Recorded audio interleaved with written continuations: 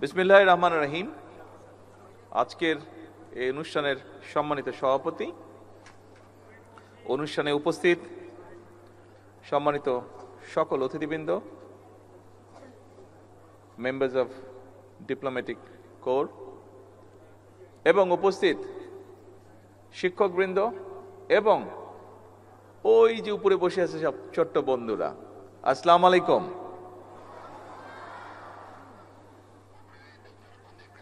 এখন ছোট বন্ধুরা, আমাকে একটু কিছু বলতে হবে। তো তার আগে আমি একটু জানতে চাই, এই যে এতক্ষণ একটা 1 ঘন্টার প্রায় আমরা একটা অনুষ্ঠান দেখলাম, তোমাদের বন্ধুরাই পারফর্ম করেছে অনুষ্ঠানগুলা, কেমন লাগলো তোমাদের? অনেক মজা লেগেছে? তোমরা তো করেছো, তোমাদের তো মজা লাগবেই। আর যারা উপরে দেখেছো, তোমাদের কেমন লাগলো? তোমরা কি চাও এরকম আরো অনুষ্ঠান করতে? ভেরি গুড, ঠিক আছে, আমরা ইনশাল্লাহ অ্যারেঞ্জ করবো যাতে আরো বেশি এরকম অনুষ্ঠান করা যায়। সম্মানিত সকল উপস্থিতিবৃন্দ এবং শিক্ষকবৃন্দ, আজকে এখানে শিক্ষকবৃন্দই বেশি আছেন খুব সম্ভবত, আমি যতটুকু ধারণা করতে পারছি। সারা বাংলাদেশে বিভিন্ন প্রাইমারি স্কুলে শিক্ষকবৃন্দ আছেন। আজকে আমার কাছে মনে হয়েছে যে হ্যাঁ, অনুষ্ঠানটি, এই যে অনুষ্ঠান স্থলটি, এটার নাম হয়তো চীন মৈত্রী সেন্টার, বাট আমার কাছে মনে হয়েছে এটার ভেতরে আসার পরে এবং এসেই যখন প্রথমে বৃক্ষরোপণ করলাম, সাথে সামনে একটা মনিটর ছিল, সেই মনিটরে অনেকগুলো স্কুল পার্টিসিপেট করছিল বিভিন্ন উপজেলা থেকে, বিভিন্ন জায়গা থেকে, এবং যতটুকু জানতে পেরেছি প্রায় 2 লক্ষ বৃক্ষ আজকে এখানে রোপণ করেছে সারা বাংলাদেশে, প্রায় 2 লক্ষ। এটা যেমন একটি বিষয়।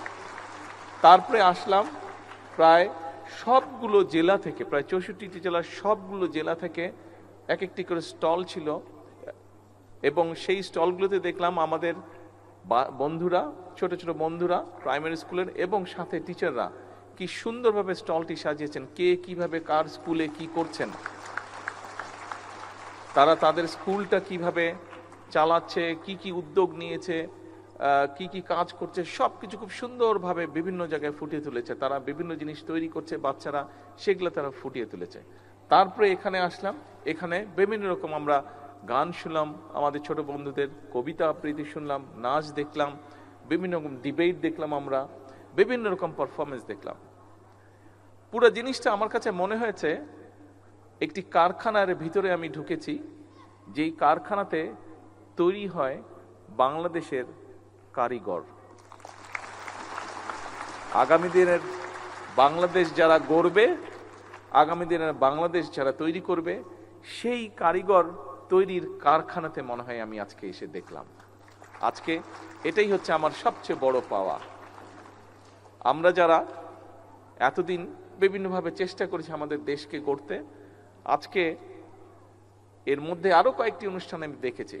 কিছুদিন আগে 20শে জুন খুব সম্ভবত আর্মি স্টেডিয়ামে, তোমরা যারা আছো প্রাথমিক বিদ্যালয় থেকে এসছো, তোমাদের অন্য বন্ধুরা প্রায় 22 লক্ষ বন্ধুরা এখানে, বিভিন্ন টিচার আছেন প্রাথমিক বিদ্যালয়ে, আপনারাও নিশ্চয়ই ওয়াকিফল আছেন, এই ব্যাপারটা জানেন যে বাচ্চারা খেলাধুলায় অংশ, ফুটবল ম্যাচ ছিল এবং প্রায় সারা বাংলাদেশে 22 লক্ষ বাচ্চারা খেলেছে। সেই অনুষ্ঠানে আমি ছিলাম, মানে যখন ফাইনালটা হয়েছে আর্মি স্টেডিয়ামে। এর বাইরে এই চীন মৈত্রী এখানে হলেই কিছুদিন আগে ইনোভেশন একটা প্রোগ্রাম হয়েছে, সায়েন্স ফেয়ার টাইপের, সেখানেও হাজার হাজার বাচ্চারা সারা বাংলাদেশ থেকে পার্টিসিপেট করেছিল।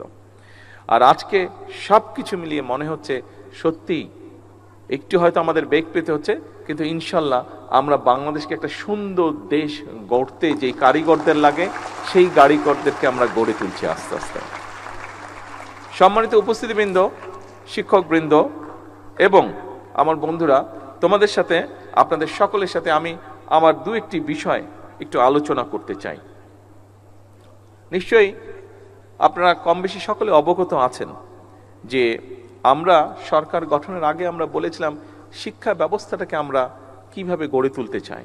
আমরা বলেছিলাম শিক্ষা ব্যবস্থাটাকে, বিশেষ করে প্রাইমারি শিক্ষাটা, সকল সময় আমি বলেছি প্রাইমারি বিদ্যালয়ের শিক্ষক এবং প্রাইমারি বিদ্যালয়ের শিক্ষার্থী, এই 3টা অসম্ভব ইম্পর্টেন্ট একটি বিষয় দেশকে গড়ে তোলার জন্য।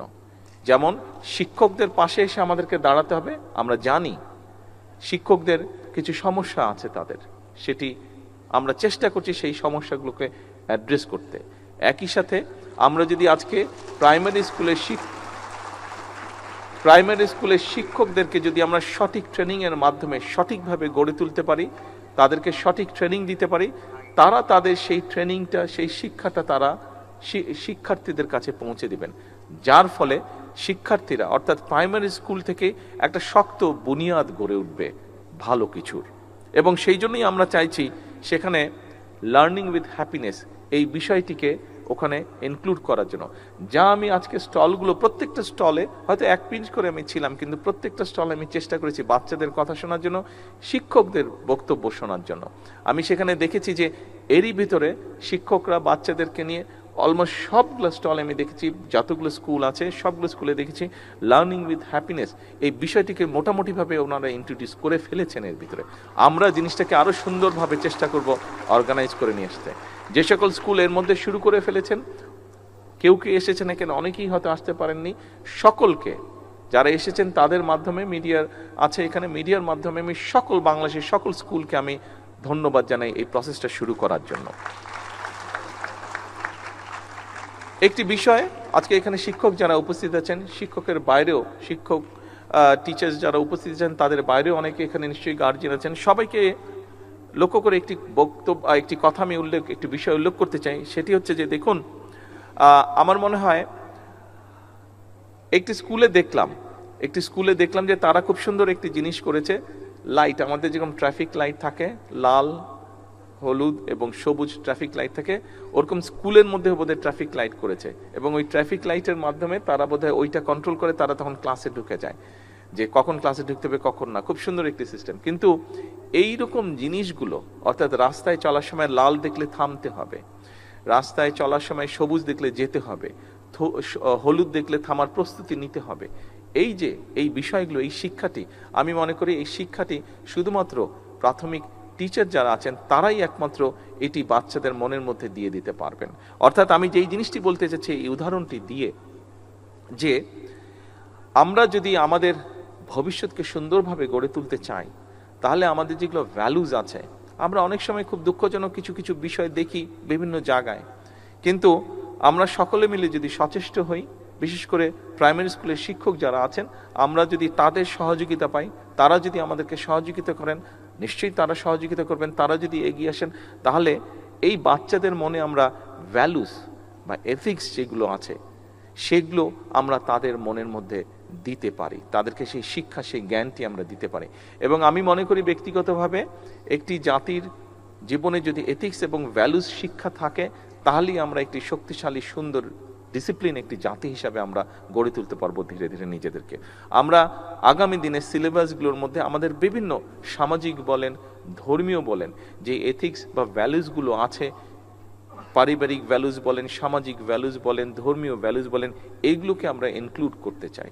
আজকে যে সকল প্রাইমারি স্কুলের শিক্ষক উপস্থিত আছেন, আপনাদেরকে এবং আপনাদের মাধ্যমে বাংলাদেশের সকল প্রাইমারি স্কুলের শিক্ষকদের কাছে আমি সহযোগিতা চাইব, যে আসুন আমরা আমাদের বাচ্চাদের মনগুলোতে, সরল মনগুলোর ভিতরে আমরা এই ভ্যালুসগুলো, পারিবারিক, সামাজিক যে ভ্যালুসগুলো আছে আমাদের, এই ভ্যালুসগুলোকে আমরা তাদের মনের মধ্যে আস্তে আস্তে দেই।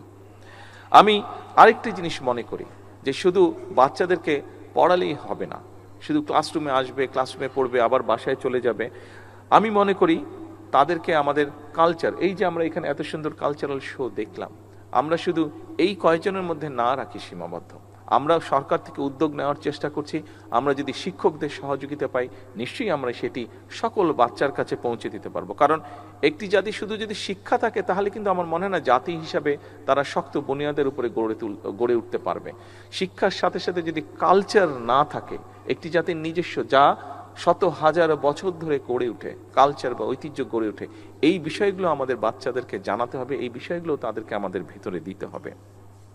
অবশ্যই খেলাধুলাটা অবশ্যই থাকতে হবে। আমি মাঝে মাঝে যোগ করে বলি যে বাচ্চাদেরকে দেখবেন, বিভিন্ন সময় আমার সাথে যখন বাচ্চাদের দেখা হয়, আমি তাদেরকে পড়ালেখার কথা হয়তো বলি, কিন্তু বেশি করে আমি বলি তাদেরকে খেলাধুলা করতে। কারণটা হচ্ছে, এটার পিছনে একটি কারণ আছে, ডিটেল আমি অতভাবে বলতে পারবো না, যতটুকু আমি বুঝি এবং আমরা জিনিসটা সবাই জানি। আমরা যখন খেলাধুলা করব, দৌড়াদৌড়ি করব, স্বাভাবিকভাবে আমাদের রক্ত চলাচল বাড়বে, আমরা শ্বাস নিব এবং রক্তের মধ্যে অক্সিজেন বেশি যাবে। অক্সিজেন যখন বেশি যাবে, রক্ত চলাচলটা আমাদের ব্রেইনের মধ্যে হয়ে যাবে এবং ব্রেইনের মধ্যে যখন যাবে, ব্রেইনটা মোর এফেক্টিভ হবে যখন সে মোর অক্সিজেন পাবে। সেই জন্য আমি বলি যে বাচ্চারা তত শার্প হবে, খেয়াল করে দেখবেন অধিকাংশ ক্ষেত্রে বাচ্চারা তখন বেশি শার্প হয় যখন বাচ্চারা বিভিন্ন অ্যাক্টিভিটিসে তারা পার্টিসিপেট করে। কাজে আমাদের বাচ্চাদেরকে যদি শার্প করতে হয়, তাদেরকে অবশ্যই খেলাধুলা, কালচার, এইসব ইভেন্টে তাদেরকে আরো বেশি পার্টিসিপেট করাতে হবে। আজকে প্রথমেই বক্তব্যের শুরুতে বললাম যে আজকে আমি একটি বৃক্ষের চারা রোপণ করেছি, একই সাথে বহু স্কুল কানেক্টেড ছিল। আমার সামনে একটি বড় মনিটর ছিল, এত বড় না, এত ছোট মনিটর ছিল, সেখানে প্রায় অনেকগুলো স্কুল কানেক্টেড ছিল এবং প্রায় 2 লক্ষ বৃক্ষ আমরা রোপণ করেছি। আজকে বন্ধুরা, ছোট বন্ধুরা, তোমরা যারা আজকে এখানে উপস্থিত আছো, তোমাদেরকে এবং তোমাদের যে সকল বন্ধুরা আসতে পারে নাই, তোমাদের সহপাঠীরা যারা আসতে পারে নাই, সকলের কাছে আমার একটা মেসেজ পৌঁছে দিতে হবে। কে কে পারবে মেসেজটা পৌঁছে দিতে? হ্যাঁ, thank you very much, thank you very much. মেসেজটা কি? আচ্ছা ঠিক আছে, এখন মেসেজটা শুনতে হবে। Thank you, thank you, thank you. আচ্ছা ঠিক আছে, তোমরা পারবে উপরে যারা আছো? আচ্ছা, থ্যাংক ইউ সো মাচ। আচ্ছা, ভেরি গুড। মেসেজটা হচ্ছে, এখন থেকে যখন বর্ষা আসবে, আব্বু আম্মুকে বলে রাখবে, টিচারকে বলে রাখবে যে যখন বর্ষার সিজন আসবে, প্রত্যেক বর্ষার সিজনে যতদিন পর্যন্ত তুমি বড় না হচ্ছ, তোমার বয়স যতদিন পর্যন্ত 20 বছর না হচ্ছে, প্রত্যেক বছর একটা করে গাছ লাগাতে হবে। পারবে? হ্যাঁ, তুমি গাছটা রোপণ করবে, গাছটাও বড় হবে, তুমিও বড় হবে, গাছটাও বড় হবে, তুমিও বড় হবে। তখন দেখবে তোমার যেরকম বন্ধু আছে, গাছটাও তোমার মতন বন্ধু হবে। যখন অন্য বন্ধুরা তোমার সাথে আসবে, গাছতলায় বসে গল্প করতে পারবে, গাছতলায় বসে বই পড়তে পারবে, গাছতলায় বসে তোমরা বিভিন্ন অনুষ্ঠানের প্রিপারেশন নিতে পারবে। এই যে গান করলে, এখানে নাচ করলে, কবিতা আবৃত্তি করলে, এরকম অনেক ইভেন্ট তোমরা গাছতলায় বসে করতে পারবে। কাজেই, এবং শুধু তাই নয়, যখন গরম পড়বে তখন গাছের বাতাসে কিন্তু দেখবে খুব শান্তি লাগবে, খুব আরাম লাগবে। আরেকটি বিষয়, এখানে যারা শিক্ষকবৃন্দ আছেন, এর বাইরেও যারা গার্জিয়ানস আছেন, একটি বিষয় আপনাদের নিশ্চয়ই কম বেশি ধারণা আছে, সবার জানা আছে। দেশনেত্রী বেগম খালেদা জিয়া যখন দেশ পরিচালনার দায়িত্বে ছিলেন, ওনার টার্মগুলোতে উনি যেটা করেছেন, আমাদের মেয়েদের শিক্ষা ব্যবস্থাকে উনি ফ্রি করেছিলেন। মেয়েরা যাতে বিনা টাকায়, যাতে বিনা অর্থে যাতে পড়ালেখা করতে পারে। আজকে বিএনপি সরকার দেশ পরিচালনার দায়িত্বে আছে, আমরা সিদ্ধান্ত গ্রহণ করেছি মেয়েদের পড়ালেখার সুযোগ আরো বিস্তৃত করার জন্য। আমরা অনার্স পর্যন্ত মেয়েদের শিক্ষা ব্যবস্থা ইনশাল্লাহ ফ্রি করার সিদ্ধান্ত নিয়েছি। এবং শুধু একই সাথে নয়, প্রাইমারিতে যেরকম আমরা স্টাইপেন্ড দিচ্ছি, একইভাবে আমরা উচ্চশিক্ষার জন্য যারা ভালো রেজাল্ট করবে সেই সকল মেয়েদেরকে আমরা স্কলারশিপ ইনশাল্লাহ দিব।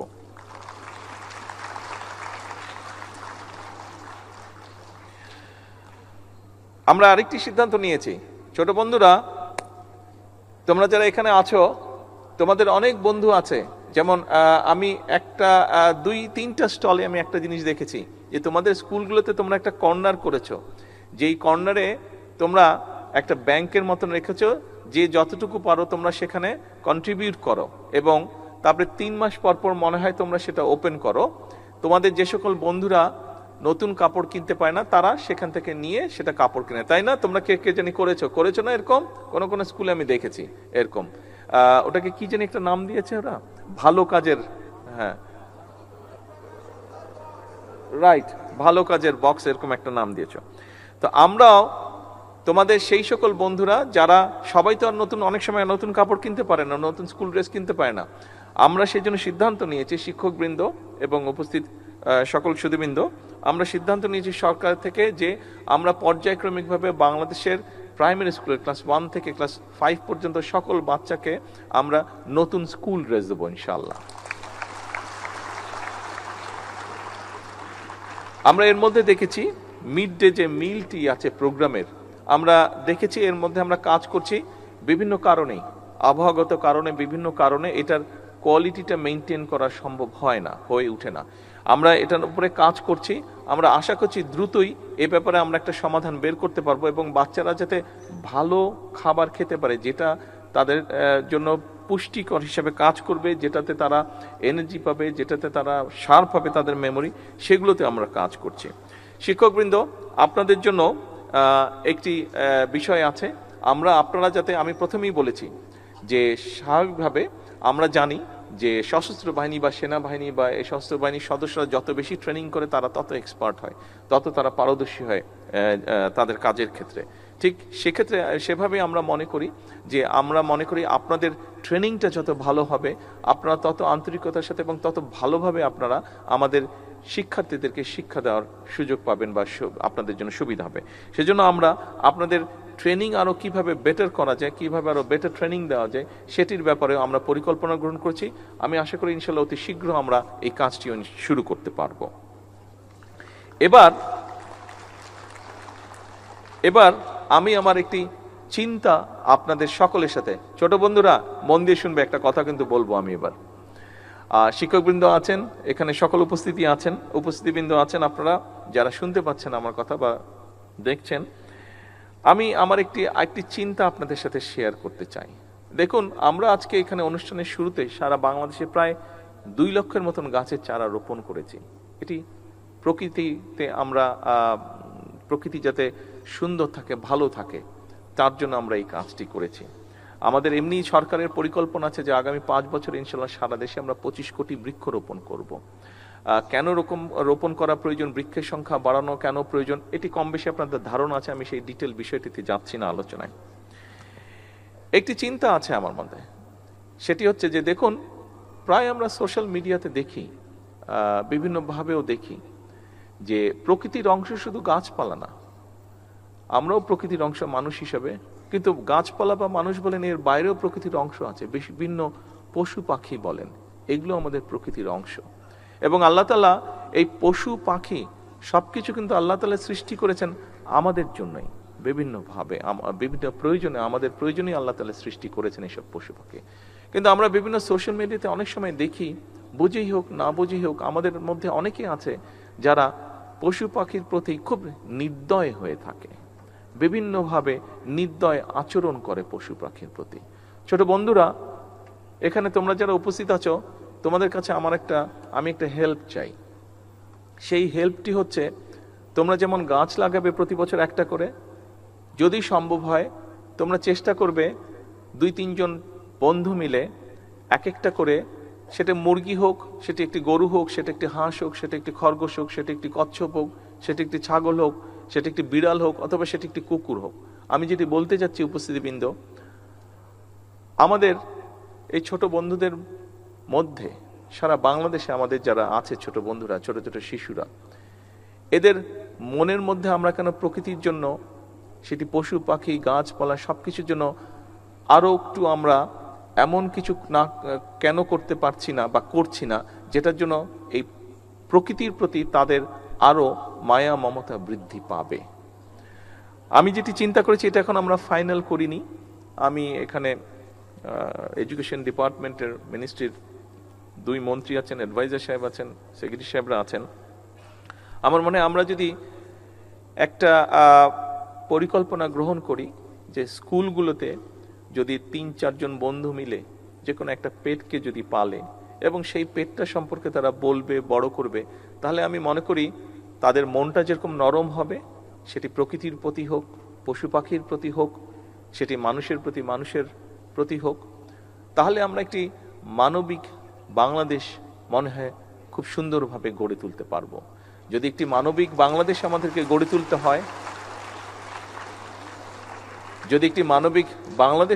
গড়ে তুলতে হয়, তাহলে অবশ্যই আমাদের এই যে ছোট কোমলমতি শিশুগুলো আছে, তাদেরকে আমাদের মানবিক মানুষ হিসাবে গড়ে তুলতে হবে। আমরা যদি মানবিক মানুষ হিসাবে তাদেরকে গড়ে তুলতে পারি, তাহলেই আমরা মানবিক বাংলাদেশ গড়ার ক্ষেত্রটি রচনা করতে পারব। আসুন, আজকের এই অনুষ্ঠানে, আজকের এই প্রাথমিক শিক্ষা পদক এই অনুষ্ঠানে শিক্ষক বৃন্দের কাছে আমার অনুরোধ থাকবে, আসুন আমাদেরকে সহযোগিতা করুন, আমাদেরকে দয়া করে সাহায্য করুন একটি মানবিক বাংলাদেশ গড়ে তুলতে। এই মানবিক বাংলাদেশ গড়ে তোলার জন্য এই মানবিক বাংলাদেশ গড়ে তোলার জন্য যেই সৈনিকদের দরকার, সেই সৈনিকরা কিন্তু আপনাদের কাছে আছে, আপনাদের সামনে আছে। সেই সৈনিকদেরকে আপনারাই নিয়ন্ত্রণ করেন, সেই সৈনিকদেরকে আপনারাই গড়ে তোলার কারিগর।